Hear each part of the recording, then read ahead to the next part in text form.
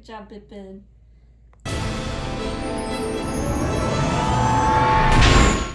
What's up, everyone, and welcome to the weekly Q&A. Real quick before questions, we need to send a shout out to Eduardo, who joined our Patreon at the Jedi Council level this past week, so thank you so much for your incredibly generous support. Ormappa asks, what's going on with The Mandalorian Season 4? Is it going to be a movie, a show? Which would we prefer?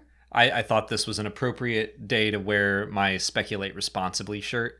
I was definitely tempted to cover this last week when a bunch of talk was going on online that The Mandalorian Season 4 was going to be a movie instead of a series, and just something about that didn't sound right to me. And now this past week, Bespin Bulletin has said that they're hearing that that's not the case at all. It's still going to be a series, and even it's going to go into production this coming February. So I think everything is just as business as usual. I'm not expecting it to become a film or anything.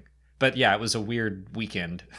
Yeah, I don't want it to be a movie, first of all. And I'm glad that things are coming out now saying, maybe not. Maybe it's still just going to be a show like always. Yeah, we were talking about it when all of this was happening. And like I said, it just didn't really sound right to us. But there was part of me that's like, it's possible that just the way the box office has been the past year for Disney, that they might want to just try to get a Star Wars movie out fast. And that was what worried me, that it would be like just this rushed thing to get a movie out based around one of their most successful properties right now. And I'm like, don't do that. don't rush into things and change the format of something that's working already. Yeah, it would feel like they were rushing to put something together that could make them more money and was easier and quicker to make because of maybe losing time with the strikes or something. So it would feel kind of like cheap if they just scrapped the show and made it a movie. Maybe not, like unfair, I think is almost the word I would use, is that it sounds like Jon Favreau has scripts written for season 4, and then to be like, hey, just like take that or maybe part of it and turn it into a movie instead. And like, we're just going to rush this out. And it would have gone against what they had already said for the future of the films with the New Jedi Order, the New Republic movie, and the Dawn of the Jedi. And then I feel like it would have, I guess, yeah, cheapened is the right word. It would have felt like it cheapened, to me, Dave Filoni's movie, where it's like all of these stories are supposed to build into a film, like this big cinematic, climactic event. But also we had a movie like halfway through it too. It's like it just would have seemed odd. Right. What I do think may have happened, and I don't know this for sure, but maybe someone heard rumors that they were going to do more fan events, like in theaters, like they did with Ahsoka. They would show like the first 1 or 2 episodes in theaters, like sell tickets for it and everything like that. I think a lot of Disney Plus shows are starting to do that now. So that I would be fine with. And that does make sense. Like, it sounds like maybe some wires just got crossed in the, the game of telephone that is the Star Wars rumor mill, is that it could have been like, yeah, season 4, we're talking about having the first 2 episodes premiere theatrically. And that would be an easier way to sell tickets and bump up the box office a little bit. So I could absolutely see that happening. Agreed. No problem with that. I'm just like, I don't want The Mandalorian, especially when season 4, like, looked like it was primed to go back to Adventure of the Week. Like, season 3 ends, Grogu is a Mandalorian, Din Grogu, and he has to go on these adventures, is literally what the armorer said. And so it seems like every week they're just going to go on a new adventure. And then to have that scrunched into one adventure in a film would have just seemed odd. It would have felt like they cut a bunch out, which would have been a bummer. Yeah, it's just funny that, there are some things like Obi-Wan Kenobi. I could have seen that as a film. Maybe I would have preferred that. But The Mandalorian feels like a TV show. You know, some of these Disney Plus stories are like, and not just in Star Wars, but Marvel too, it's like these long 6-hour movies spread out over weeks, where I'm like, or you could make a TV show like The Mandalorian, where every week is a distinct adventure. So I'm glad that it sounds like everything is still going to be a series. I would prefer that. Dan T wants to know how directly we think the First Order will connect with the Mandoverse. I don't know. I mean, Jon Favreau in the past, over the course of years now, has talked about how the Mandalorian is going to kind of set the stage for the First Order. I think that we probably aren't going to directly see that stuff until maybe we get to the end of the Imperial Remnant War. So maybe Filoni's movie is going to have a post-credit, maybe not a post-credit scene, but something to just be like, and here is little hints of the First Order in its earliest stages. Yeah, I think we just got done with Gideon, right? So he's gone, we think, we hope. And Thrawn is like the next big bad. So Right. we can't skip over Thrawn. But like all this Imperial Remnant stuff and Thrawn and possibly the Night Sisters, like I want to see a good chunk of that before we get into whatever the First Order looks like in its early days. Yeah, and I think it would be pretty easy to just show that shift, because that's exactly what happens. The Imperial Remnant shifts into the First Order. Now, what I would like to see is a character that we know is connected to the First Order through the books, and that's Grand Admiral Rey Sloane. She's been brought up quite a few times because, you know, Thrawn is like probably the next big bad, but there is another Grand Admiral out there, and we know that they've been bringing stuff in from the Aftermath trilogy, like Cobb Vanth. So I do have hopes that they will find a way to pull Sloane into the story in some way. We know Brindle Hux is in the mix, and he is connected to Sloane, so I think there's a chance for it. It would be cool if we saw General Pride, because he's been around for a while, and I just like I really liked Richard E. Grant playing that character, and to get him in that show would be really, really cool. He's another thing that would be fun to pull in, because the way Adam Christopher wrote him in Shadow of the Sith and in From a Certain Point of View, Return of the Jedi, he is just kind of like listing through, like, he doesn't have a purpose or a direction without the Empire or the First Order.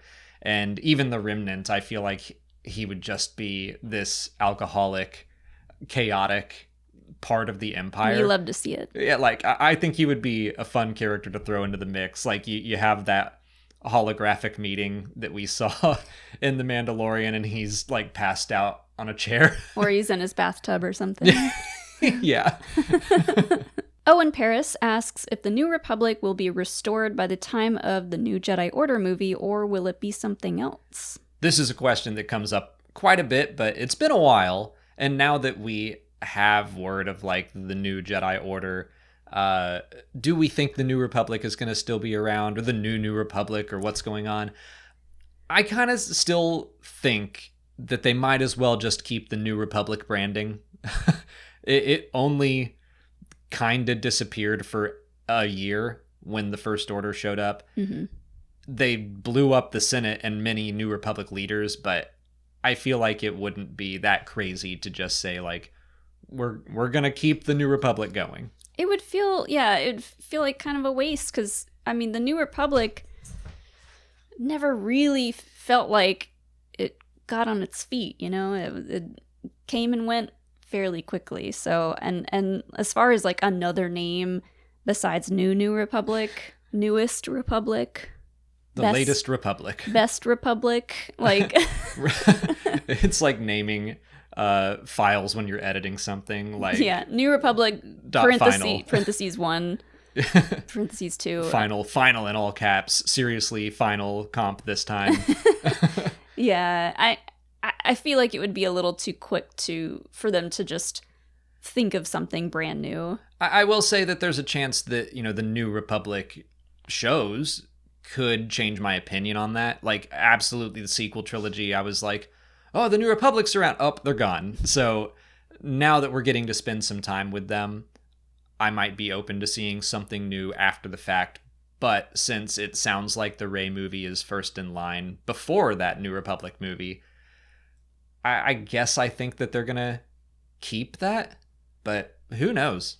This episode is sponsored by BetterHelp. The holidays and the coming new year can be a time of great stress for a lot of people. Despite celebrations surrounding Life Day or any other real-world holidays you observe, this time of year can be a lot, and it's natural to feel some sadness or anxiety about it. I've struggled with anxiety for years as my thoughts drift off to worries about the future. Something that's helped me work through those thoughts is talking about them. Therapy gives you a judgment-free place to do exactly that, so you can get out of negative thought cycles and find some mental peace. In the past, my therapists have helped me regain perspective on some of the issues I was grappling with and taught me some coping skills to prevent going down a rabbit hole of anxiety. If you've ever considered therapy, give BetterHelp a try. It's entirely online and designed to be convenient, flexible, and suited to your schedule. You just have to fill out a brief questionnaire to get matched with a licensed therapist, and you can switch therapists at any time for no additional charge. Find your bright spot this season with BetterHelp. Visit betterhelp.com/SWE today to get 10% off your first month.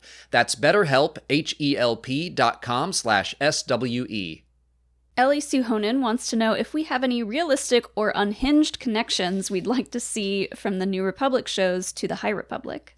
So I do think that we're going to get to this point where that's more and more likely, that we're going to see the Acolyte. More of the general Star Wars audience is going to know what the High Republic is. So other shows are probably going to connect back to it. Something like Andor would be really easy to do with Luthen's antiquities shop. Mm-hmm. Like, just borrow a prop for a day and put it in there. But will the New Republic do anything like that? It would be easy to just have a verbal reference to it. Sure. I think it would be fun for someone to mention Markion, but I know your theory is that he wanted his name to be remembered as this big thing, and turns out no one talks about him. So, but like, I'm just so interested in Markion's story and his family and everything, that him or some mention of the leveler, the nameless, like, yeah, now you're getting into unhinged territory. So yeah, could we see, like, oh my god, a nameless is here? But any mention of the problems that were from the High Republic, because a lot of times we hear about the High Republic as the golden years and like the best time ever, which it is. But I mean, we have yet to really see that. The books and comics are like full of tragedy and heartbreak, but in theory, yeah. Just before maybe Light of the Jedi, it was the best time ever. Right.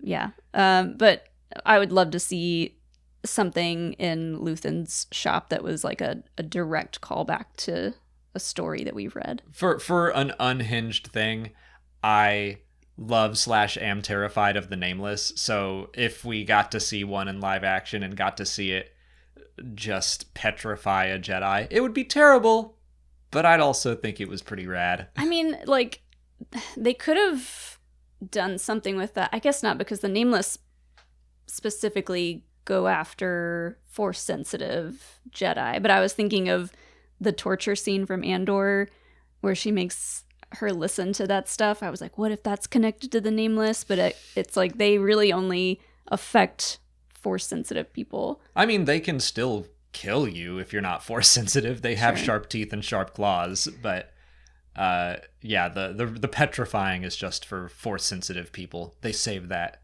for the good stuff. Flying Wombat asks if there's a favorite Star Wars toy we had as a child or one that we want now. I thought this was a fun one since we're getting close to Christmas, and that was always a really fun time for me as a Star Wars fan.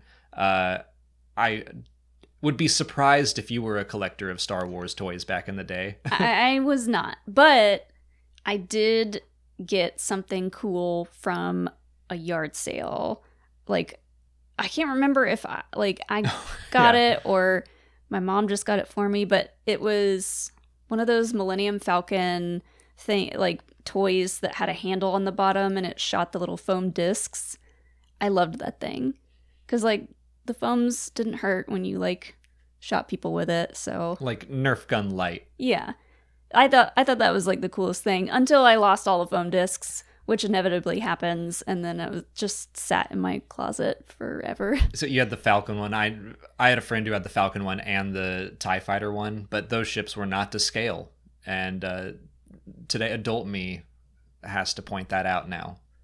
That either the Falcon was too small or Darth Vader's TIE Fighter was massive. Alex can't have fun unless it's to scale fun. I was 7 years old, like, I won't play with that. None of our Lego sets are to scale. I'm just kidding. I loved those things. It's just now I'm looking back on it like, wow. That was not even close. I had a similar one. I really loved this. Looking back on it, it wasn't very good, but I had like a laser tag game that you had like the X-Wing chest plate that you would wear and then little Han Solo blasters. My friends and I had a lot of fun with those. But every year I just looked forward to the action figures. That was what I collected back then. There were a specific set that were like really hard to find, and I remember my parents being excited to like give me a package. I was like, this is clearly an action figure. I'm like, oh my God, you found Yoda. Mm-hmm. Like some of them were just so hard to find. So getting that like surprise thing that I didn't think was available anywhere was always exciting.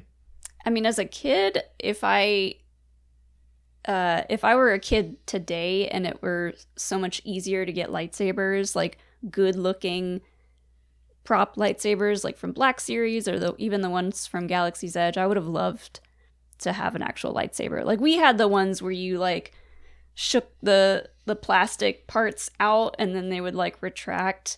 But it only would go so far. Like you couldn't get the whole blade back into the handle. Once you got it back in, you just looked like an air traffic controller. Yep. And they were also like very generic. Like it wasn't, oh, you look at that and you're like, that's Luke's lightsaber or that's Vader's lightsaber. It was just like super generic light sword. Well, they definitely had ones that were like specific hilts, but I had ones that you could get at like an amusement park or something that was like way overpriced and it was just close enough. Those are the ones I had. Yeah. But yeah, an actual like FX Black Series lightsaber nowadays. Like if we had that back then.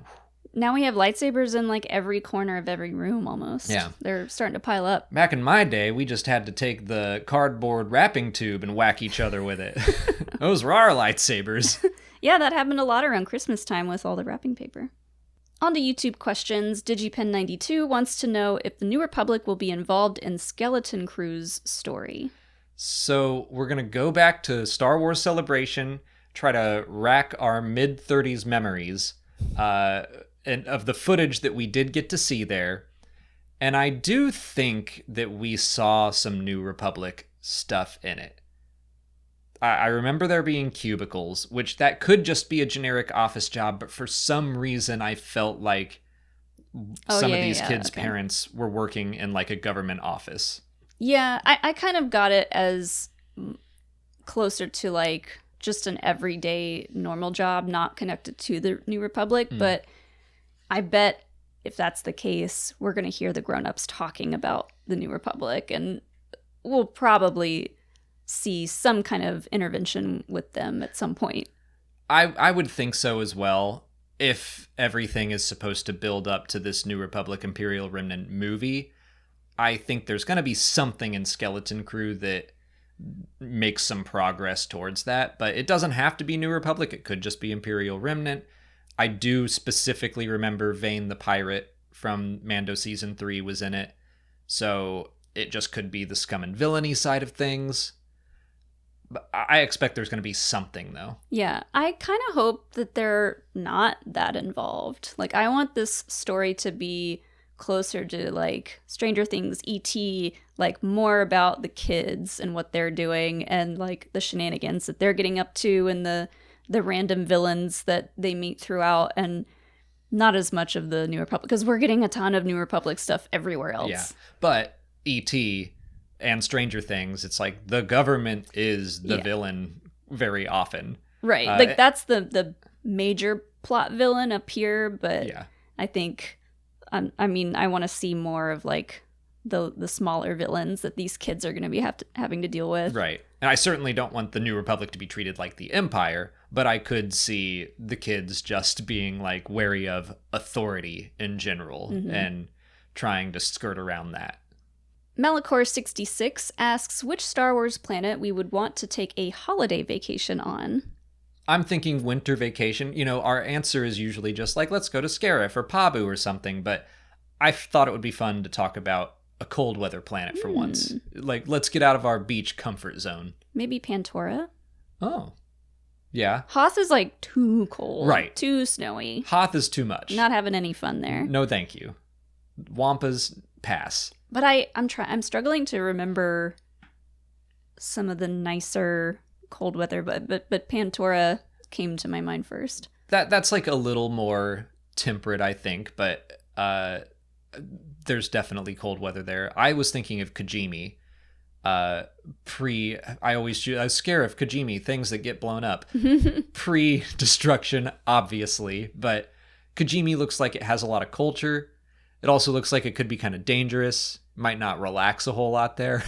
Yeah. Not necessarily cold weather, but Felucia would be fun with all the lights. Oh, yeah.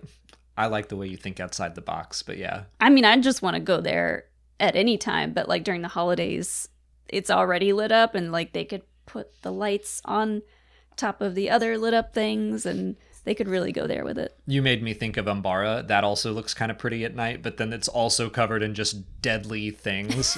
So like, never mind. Yeah.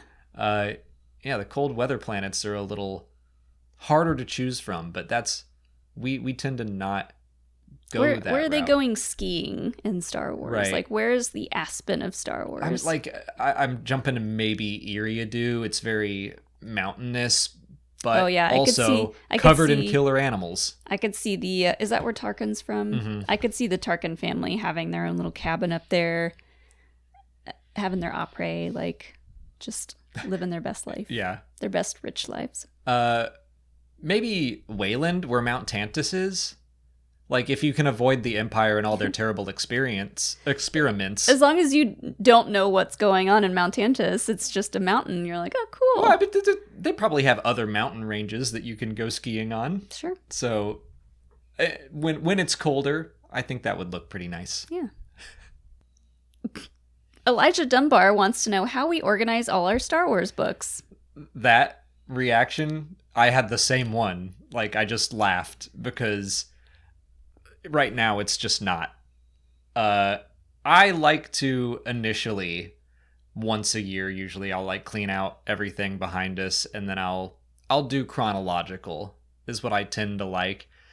But then, you know, throughout the year we get another 10, 15 books. And I just like, I can't be bothered, especially when it's a bunch of High Republic books and I have to move everything down. And so instead I'm just like shoving them on top of all the other books. So right now I'm just admitting my shame.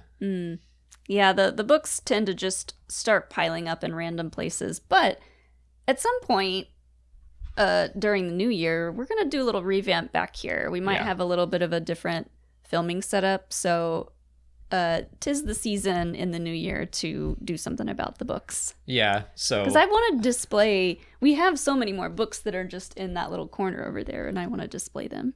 Yeah, it's just time to... I think once a year we usually will just change what's going on in the background, but I think we're going to try to change everything a little bit more. It'll still be pretty familiar, I think, but... We'll still be there. We'll see. Pippin's going to start hosting. It'll just be Pippin and Hilo. This conversation card felt right, and Pippin is still here just off camera. Maybe he'll come back. But this says, Ezra Bridger, a young Jedi in training who we meet in Star Wars Rebels, has a Force connection with animals. Have you ever felt like you knew what your pet or other animals around you were saying? Yes, always. Feed me. Yeah. Well, we tend to, as a lot of people do, give our pets inner voices and talk as if we are them. And I think that means we're just assuming what they're thinking. Yeah, I mean, agreed. And we know what they're thinking at all times. Hilo says a lot of apologies because he steps on our feet constantly. He's just a big boy. He's a big 90-pound boy who steps on our feet. He doesn't realize he's that big, so he's constantly like, whoa, I'm sorry, whoa. Not to mention my office is just in utter chaos, and so he'll run into... He's just doing his best. That's my fault, but like he'll hit the camera tripod or the lights or something when he's trying to move around. He's more innocent in what his inner monologue says. Pippin is far more nefarious. Like most cats. It makes sense. They have a goal in mind at all times. Yeah. And sometimes it's good and sometimes it's bad. He is always gracing us with his presence. He's like, that's right, Pippin's here. You're welcome. Whereas Hilo is just following us around constantly. Yes. There's a great Pete Holmes joke that I love where he talks about how having a cat is like having a C-list celebrity, where they walk in the room and you're like, oh my God, like they want to hang out. Yeah, Pippin's only nice to me like that in the morning. It's like we go through all night and he forgets I exist, I guess. And then he sees me in the morning and he's really sweet. But the rest of the day, he's just trying to get food or scratch me or get to you. He's actually being very chill right now. Yeah, just to prove us wrong. He's like, I'm so good all the time. That's all the time we have for questions today. If you want to leave a question for next week's video, just put it in the comments below or sign up for Patreon to join our weekly Q&A discussion. Next week's video is going to be centered around looking back at 2023, just for a heads up. If you haven't already, please like this video, subscribe to the channel. Follow us on Twitter, Instagram, Blue Sky, Threads, and TikTok. And as always, thanks for watching, and may the Force be with you.